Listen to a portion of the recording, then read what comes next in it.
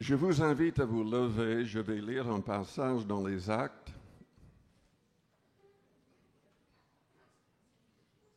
Actes chapitre 8.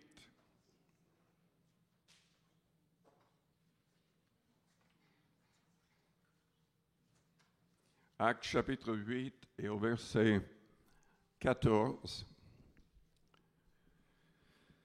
Les apôtres qui étaient à Jérusalem, ayant appris que la Samarie avait reçu la parole de Dieu, y envoyèrent Pierre et Jean. Vous vous souvenez que c'est Philippe, un diacre, qui a prêché dans cette ville. Il a chassé des démons, il a prié pour les malades, il y avait tellement de miracles que toute la ville s'est convertie.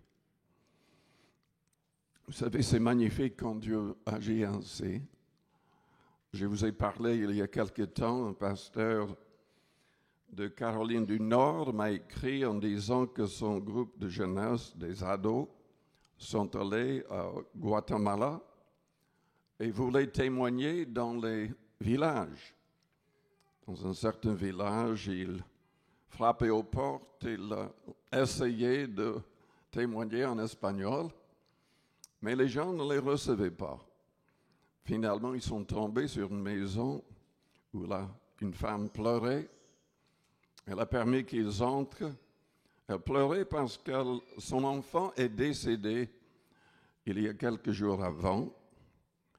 Elle avait toujours l'enfant à la maison enveloppé.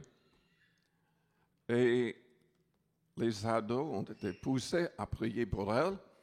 Ensuite, une des filles a demandé, mais est-ce que nous pouvons voir le bébé prier pour cet enfant? Ils étaient tous remplis du Saint-Esprit et ils ont commencé à prier en d'autres langues. Et devinez quoi? Dieu a ressuscité l'enfant. Et ça a tellement touché ce village que tous les gens dans le village se sont convertis. Tous. C'est magnifique quand Dieu agit comme ça. Là, Philippe a été utilisé pour que toute une ville se convertisse. Et donc, entendant cette nouvelle, l'Église à Jérusalem a envoyé Pierre et Jean parce qu'ils voulaient que les nouveaux convertis soient baptisés du Saint-Esprit le plus vite possible. Et donc, nous lisons ceci: arrivés chez les Samaritains, prièrent pour eux afin qu'ils reçussent le Saint-Esprit, car ils n'étaient pas encore descendus sur aucun d'eux. Ils avaient seulement été baptisés au nom du Seigneur Jésus. Alors Pierre et Jean leur imposèrent les mains et ils reçurent le Saint-Esprit. Lorsque Simon était le magicien qui avait trompé ce village ou cette ville depuis longtemps. Mais il a cru aussi, il s'est fait baptiser quand même. Lorsque Simon vit que le Saint-Esprit était donné par l'imposition des mains des apôtres, il leur offrit de l'argent en disant: accordez-moi aussi ce pouvoir afin que celui à qui j'imposerai les mains reçoive le Saint-Esprit. Mais Pierre lui dit: que ton argent périsse avec toi, puisque tu as cru que le don de Dieu s'acquérait à prix d'argent. Il n'y a pour toi ni part ni lot dans cette affaire, car ton cœur n'est pas droit devant Dieu. Repens-toi donc de ta méchanceté et prie le Seigneur pour que la pensée de ton cœur te soit pardonnée s'il est possible. Maintenant, on peut se demander, est-ce que cette personne a été réellement convertie? En tout cas, elle croyait et elle s'est fait baptiser. Mais c'est évident que cette personne avait besoin de se repentir davantage, car son cœur n'était pas droit devant Dieu, demandant, offrant de l'argent pour avoir le don du Saint-Esprit. En fait, il voulait simplement retrouver sa place de pouvoir au-dessus des autres. Et c'était vraiment méchant. Pierre lui a dit, je vois que tu es dans un fiel amer et dans les liens d'iniquité. Simon répondit, priez vous-même le Seigneur pour moi, afin qu'il m'arrive rien de ce que vous avez dit. Après avoir rendu témoignage à la parole du Seigneur, et après l'avoir prêché, Pierre et Jean retournèrent à Jérusalem en annonçant la bonne nouvelle dans plusieurs villages des Samaritains. Prions le Seigneur avant d'aller plus loin. Père Céleste, nous te louons, nous te bénissons cet après-midi. Aide-nous, Seigneur, à être de vrais disciples du Christ. Nous ne voulons pas tromper nos propres cœurs. Et s'il y a quelque chose en nous qui n'est pas bon, aide-nous à pouvoir nous repentir quand nous voulons être en règle avec toi. Nous voulons être préparés pour la mort ou pour ton retour, Seigneur Jésus, par ton esprit. Aide-nous tous à te plaire en toutes choses. Amen. Vous pouvez vous asseoir. Vous savez, dans le monde entier, dans le monde chrétien, évidemment, il y a énormément de gens qui demandent pardon à Dieu. Et il y a d'autres comme cet homme dans l'histoire qui demandent à d'autres de prier pour eux. Mais cela n'est pas assez pour sauver son âme. Il y a des choses qui sont indispensables. Cet homme n'était pas vraiment délié de l'iniquité. Son cœur était contrôlé toujours par la méchanceté. Ce n'était pas l'Esprit du Christ qui l'animait, mais le même esprit qui l'animait avant sa soi-disant conversion. Il y a des choses qui sont indispensables pour qu'une personne soit véritablement sauvée. Tout d'abord, nous devons aimer Jésus-Christ sincèrement et pleinement, et nous devons le prouver. Nous devons manifester notre amour pour le Seigneur. Le Seigneur a dit dans Jean 14, verset 15, « Si vous m'aimez, gardez mes commandements. Et je prierai le Père, il vous donnera un autre consolateur, l'Esprit de vérité. Il demeure avec vous, il sera en vous éternellement. » Et il continue en parlant du fait que la seule manière de prouver que nous l'aimons, c'est de garder ses commandements. Alors nous serons aimés par le Père Céleste. Nous serons aimés par le Seigneur et nous aurons une relation réelle et profonde avec le Père, le Fils, par le Saint-Esprit. Si quelqu'un n'a pas l'Esprit du Christ, il ne lui appartient pas. Si quelqu'un n'est pas conduit par l'Esprit véritablement, il n'est pas enfant de Dieu. Il n'est pas fils de Dieu. Selon Romains chapitre 8. Nous devons aussi haïr le mal. Dans les psaumes, David a dit, « Vous qui aimez l'Éternel, haïssez le mal. » Nous ne devrions pas nous laisser tenter par le mal. Nous devrions prier fortement que Dieu explose le mal. Des sites pornographiques, nous devrions prier que Dieu explose ces sites. Amen.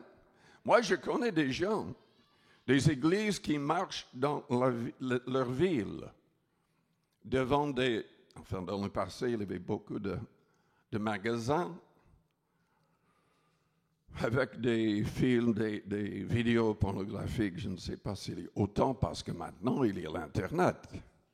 Mais ils priaient devant en langue et Dieu agissait et ces magasins ont été fermés. Dieu a agi. Et il peut agir aussi aujourd'hui sur l'Internet. Oui, il peut les faire exploser.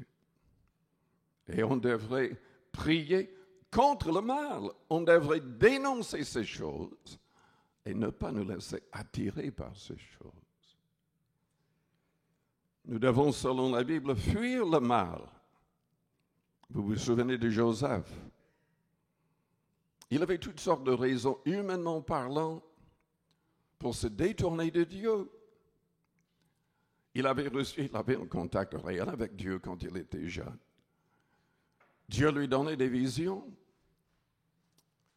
Mais ses frères, remplis de jalousie, l'ont vendu comme esclave.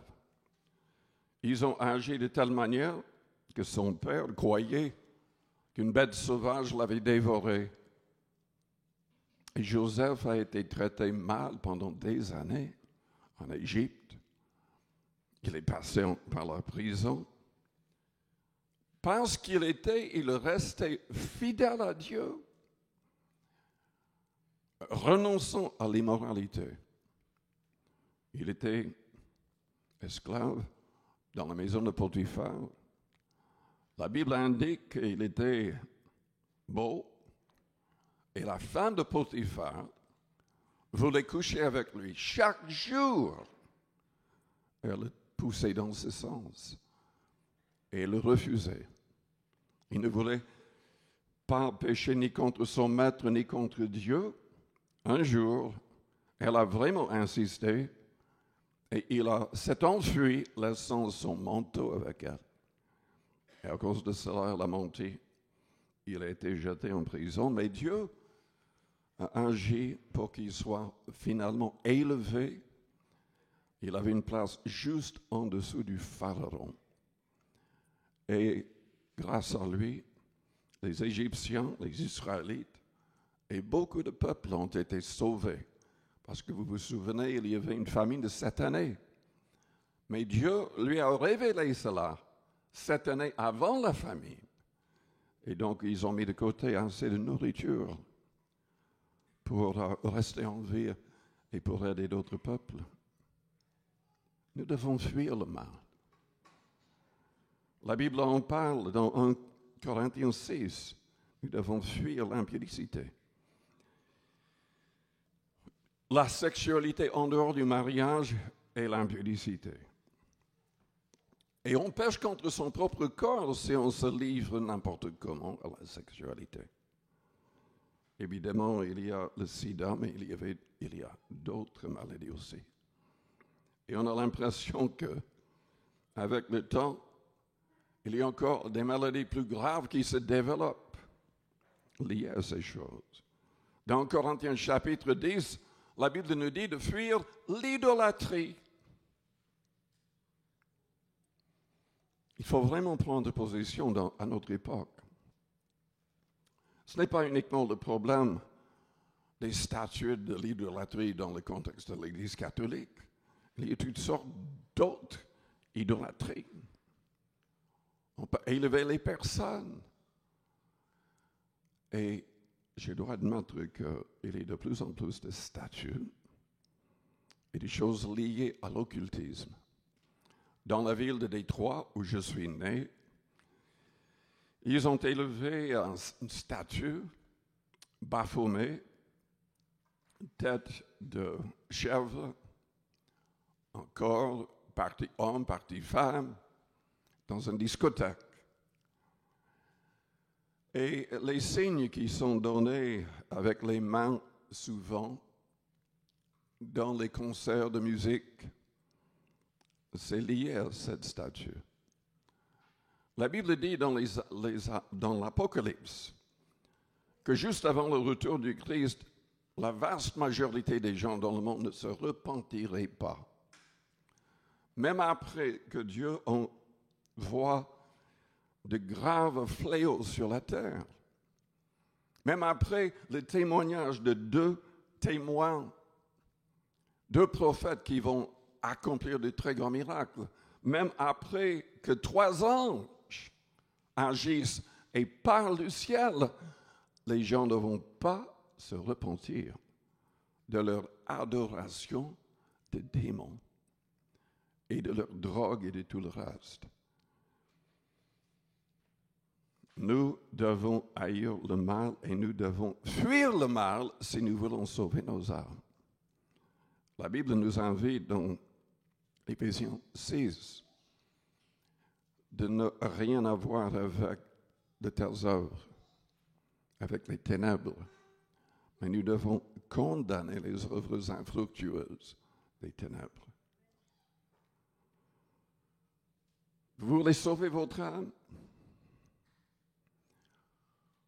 Soyez toujours sous le contrôle du Saint-Esprit. Soyez toujours sous le contrôle de cette parole.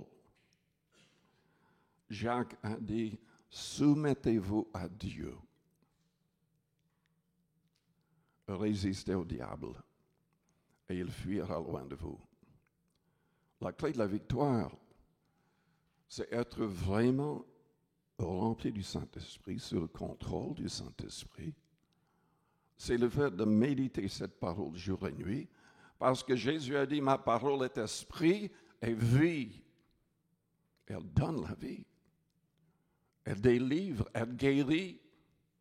Tout est lié à cette parole. C'est avec cette parole que nous pouvons chasser les démons et être victorieux en tout temps. Nous devons renoncer aussi à l'égoïsme, à l'égocentrisme. J'en ai parlé un peu dans le message ce matin. Le diable nous pousse à être égoïste, orgueilleux, égocentrique, à écraser les autres pour réussir. Le système dans le monde, le système dans les écoles en France et ailleurs, nous pousse dans ce sens. Le Seigneur veut que nous aimions les autres, que nous essayions d'aider les autres à monter plus haut. Dans Luc 12 et 16, nous voyons deux hommes riches. Le premier, il ne pense pas à Dieu, il ne pense pas aux autres, il ne pense qu'à lui-même. Il a tellement de richesses, tellement de biens, il ne sait pas quoi faire avec. Donc il fait bâtir d'autres bâtiments pour les mettre. Et en lui-même, il pense qu'il aura beaucoup d'années pour se réjouir. Et la Bible dit que Dieu parle en disant, cette nuit même, ton âme te sera redemandée. Dans Luc 16, vous connaissez l'histoire. Deux meurent, un homme qui est sauvé, mais malade, souffrant même avant sa mort. Il n'a rien à manger. Il est couvert d'ulcères de la tête jusqu'aux pieds. Il voit un peu plus loin un homme riche. Les miettes qui tombent de sa table, les chiens les mangent. Lui, il aurait bien voulu manger ces miettes, mais personne ne lui en donne. Il meurt, mais il est porté par les anges jusque dans le paradis, consolé dans le sein d'Abraham. Parce qu'il est passé par une pleine repentance réelle. L'homme riche, il ouvre ses yeux dans des tourments éternels. Et aucune de ses prières n'est exaucée. Il souffre cruellement dans les flammes. Il reste égoïste, égocentrique. Nous devons renoncer à ces choses si nous voulons sauver nos âmes. Le vrai disciple, comme je l'ai dit ce matin, selon 2 Corinthiens 6, verset 14, ne doit plus vivre pour lui-même. Il doit vivre pour le Seigneur et les autres. Je crois que n'importe quel chrétien, s'il travaille bien, peut prospérer, devenir peut-être riche. Mais on ne doit jamais être riche pour soi-même. Si on suit vraiment le Seigneur, on doit l'utiliser pour aider les autres et pour gagner des âmes. Nous devons, selon la Bible, renoncer aux œuvres de la chair, qui commencent avec l'immoralité, c'est-à-dire l'impudicité. Je vais lire la liste rapidement. Galates 5 au verset 19, les œuvres de la chair sont manifestes. Ce sont l'impudicité, c'est-à-dire l'immoralité, l'impureté, la dissolution, l'idolâtrie, la magie, c'est-à-dire ce qui est l'occultisme, les inimitiés, les querelles, les jalousies. J'en ai parlé ce matin. C'est inimaginable, mais un homme, un père de 25 ans, a un bébé, petite fille, jolie, qui lutte contre un cancer des yeux. Elle commence à aller mieux avec les traitements, mais le père se met en colère et la tue. Il donne l'excuse que sa femme et d'autres, enfin que la petite fille recevait toute l'attention et par lui. Inimaginable. Mais combien de choses horribles se passent dans le monde à cause des jalousies. Les animosités, les disputes, les divisions, les sectes. C'est quoi une secte selon la Bible? C'est être coupé d'avec la racine. Tout groupe chrétien qui ne suit pas pleinement le Nouveau Testament, peu importe le nombre de personnes dedans, est une secte. Il n'y a que les gens qui s'attachent à la sainte doctrine du Nouveau Testament, qui mettent en pratique les paroles du Christ, les paroles des apôtres, qui ne font pas partie de secte.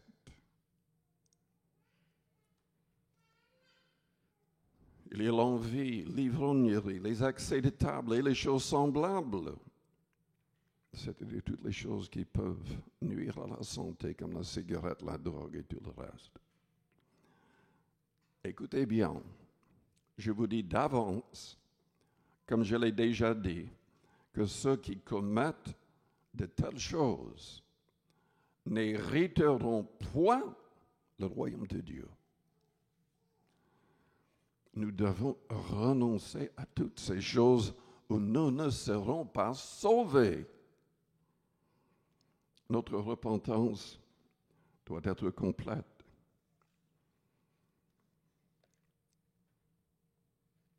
Nous devons surtout comprendre que tout au long de la vie chrétienne, nous devons combattre.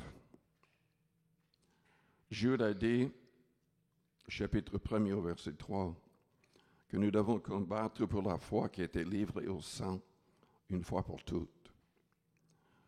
Dans 1 Timothée, chapitre 1er, verset 18, Paul a dit au jeune prédicateur Timothée, le commandement que je t'adresse, Timothée, mon enfant, selon les prophéties faites précédemment à ton sujet, c'est que d'après elles, tu combattes le bon combat, en gardant la foi et une bonne conscience. Je vous rappelle que dans 1 Pierre chapitre 3, verset 21, l'apôtre Pierre a expliqué que ce n'est pas le baptême d'eau qui sauve, mais l'engagement du baptême qui sauve.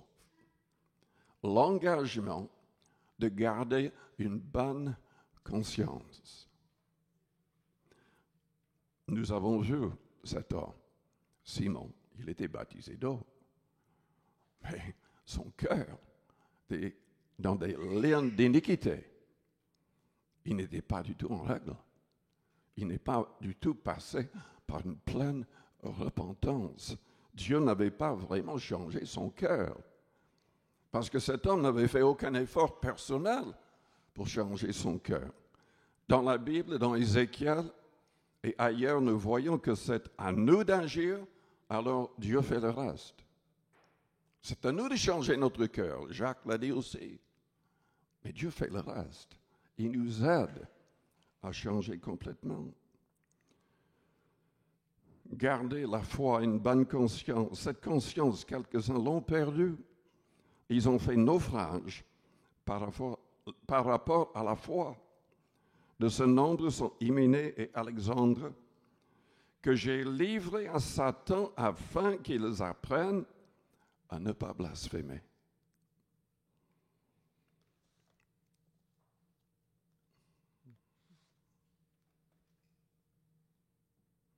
Nous devons aimer le Seigneur, haïr le mal,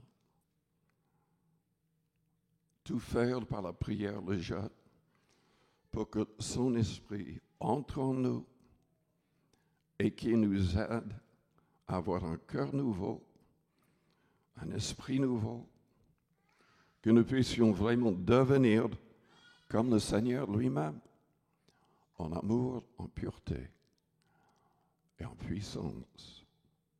Amen. Je vous invite à fermer vos yeux, à courber vos fronts avec les yeux fermés, les fronts courbés.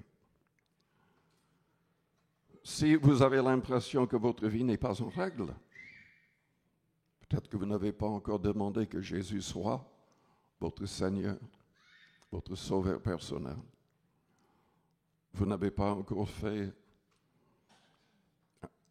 plein effort pour devenir un vrai disciple de Christ, mais vous voulez être un vrai disciple de Christ.